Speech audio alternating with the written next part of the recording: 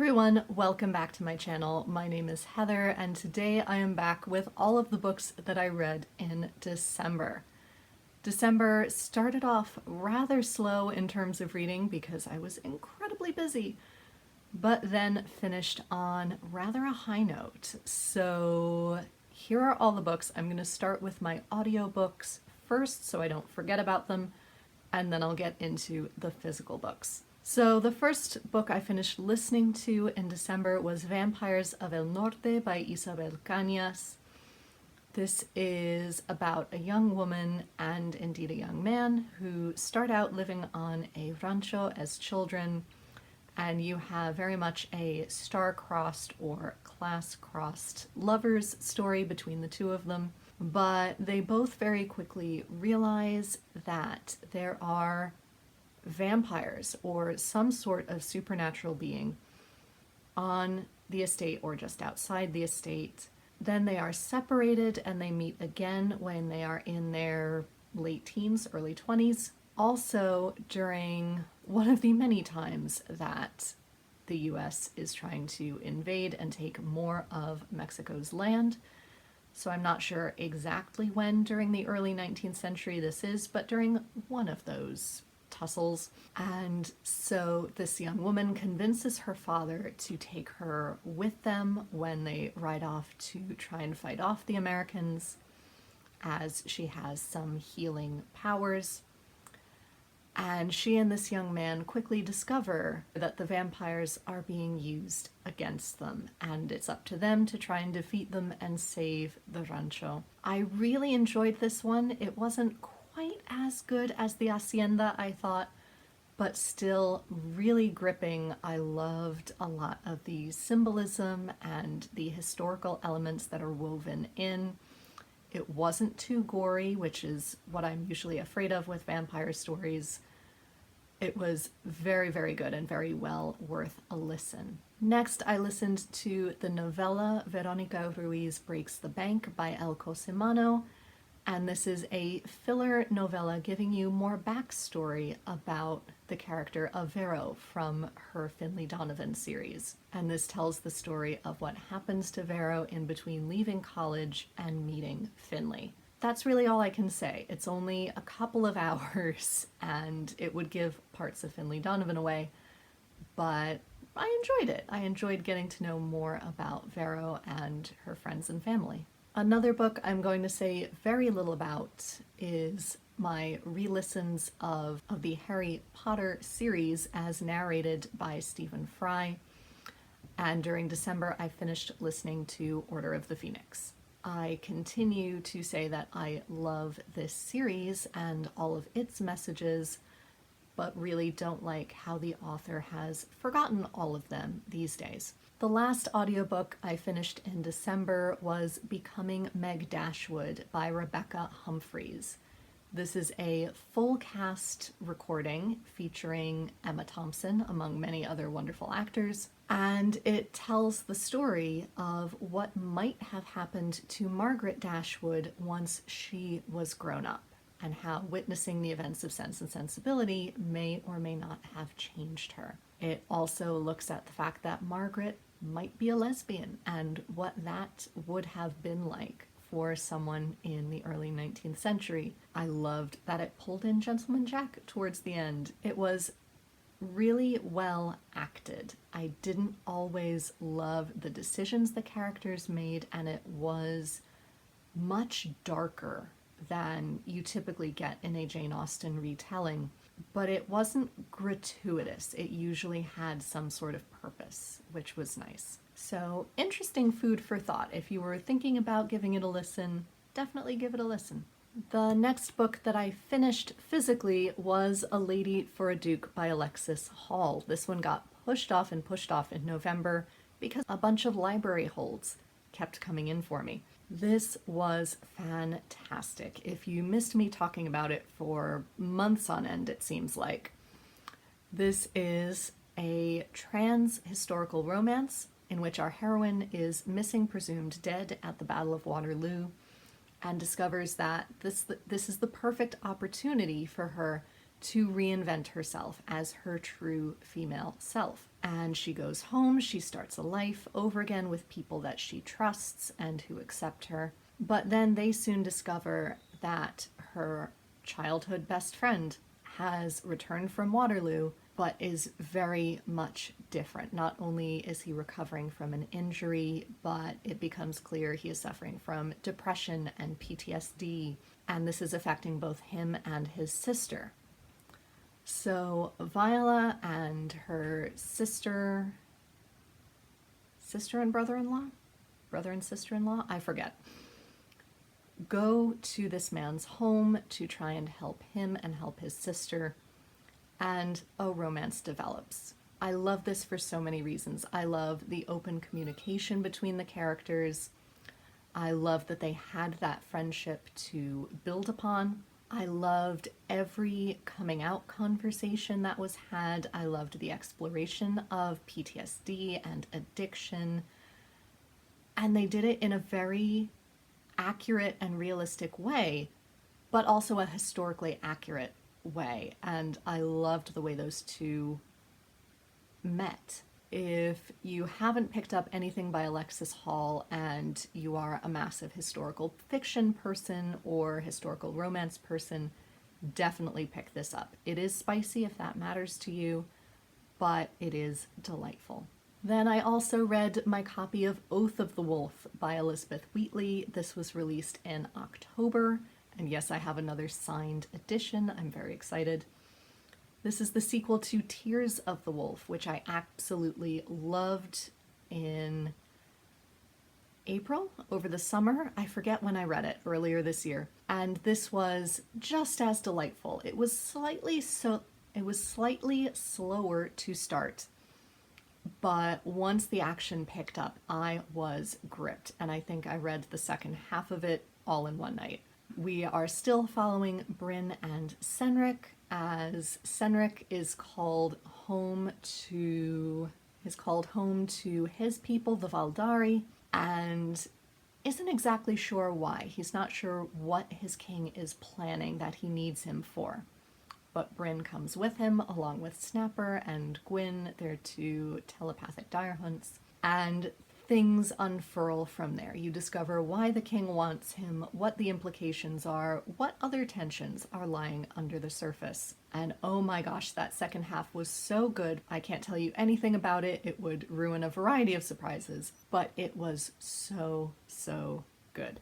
Highly recommend this series. I was then finally on winter break, so I read 2 Anton Dubek books. The first one was Codename Foxtrot, which is his middle grade story about 2 twins, Harry and Rosie, who are sent away from London by their parents. Their father was missing at the Battle of Dunkirk, and their mother sends them away from London to live with a distant great uncle that they've never met. And they are naturally unhappy about this. Uncle Rupert is not the friendliest, and they soon discover there could be nefarious doings down on the beach, and can they figure out what's going on? Can they also win a competition and get to dance at the Winter Gardens in Blackpool? This was delightful. I love the way so many British middle grade books are illustrated. I loved the real history that they were able to put into these books. I loved that while it focuses on both of the twins, that Harry is the much more avid dancer. I feel like we don't hear about boys who love to dance enough. And the thing that I especially loved about this copy is that at the back, they include things like questions for readers to get children to think more critically about what they've read, why certain characters might have done certain things, and a quiz to see how well do you remember what you've just read. Those are brilliant things to really embed reading comprehension techniques that I don't see enough of in American middle grade books. We really need to start doing this more. Then I read the next in his adult historical fiction series, which was A Christmas to Remember. And it's so rare that I actually have Christmas-themed books to read over Christmas. So that was delightful in and of itself. But we continue to follow Raymond de Guise and Nancy and our huge cast of characters at the Buckingham Hotel over the Christmas period and indeed the months leading up to it. And I can't tell you much more except that it is 1938 leading into 39, and we all know what's coming, and that definitely plays a part in it. These are such brilliant books. I love every single character. You care about every single character. You care so deeply about this hotel and its survival. I'm deep into book 4, so I don't dare say more about the issues that it brings up because I'm afraid that they're blending in my head. But please, please consider reading this series. It is delightful. Then I picked up this small volume, which has 3 of Tolkien's translations of Middle-age poems. Are they Middle-age? Poems from the Middle Ages, not that they're about 40 years old. His translation of Sir Gawain and the Green Knight, as well as the poem Pearl and Sir Orfeo. And I hadn't heard of those other 2. I was mainly interested in Sir Gawain and the Green Knight. I'm glad that I finally read it. I did in fact remember more of the plot from middle grade retellings that I read many years ago than I thought I remembered. It did drag at certain points. There were way too many descriptions of hunts and feasts, and you were sitting there going, come on, get to the point. When is someone actually going to do some of the things they said they were going to do? Come on. I was very pleased that I picked up on the alliteration and assonance, which apparently was more of a feature of this kind of poetry than rhyming is to modern poetry. So I was quite pleased to see that my high school English techniques are still sharp. Pearl was quite nice. I feel like there might be an element of Pearl that I didn't quite grasp, not being Catholic myself. And Sir Orfeo quite confused me. I'm not sure if it's an Arthurian retelling of Orpheus and Eurydice or if it's meant to be completely separate, because there were enough similarities and enough differences that honestly it could go either way. But either way, I'm glad that I read them, and I'm definitely going to hang on to them because I feel like this is just a fun addition to have. And the last book I read this year was Hotel Sacher by Rodika Doenhart. I really hope I'm pronouncing her name correctly. And this was translated from the German by Alison Leyland. And this tells the partly true story of the Hotel Sacher in Vienna at the end of the 19th and beginning of the 20th centuries. I believe we start in 1892 and we end sometime during World War I. Some of these characters, like Anna Sacher, are completely real, and she took over running the hotel after her husband died, which was very unusual for a woman to run a business of that size at the time. We see real historical figures come in and out of the hotel.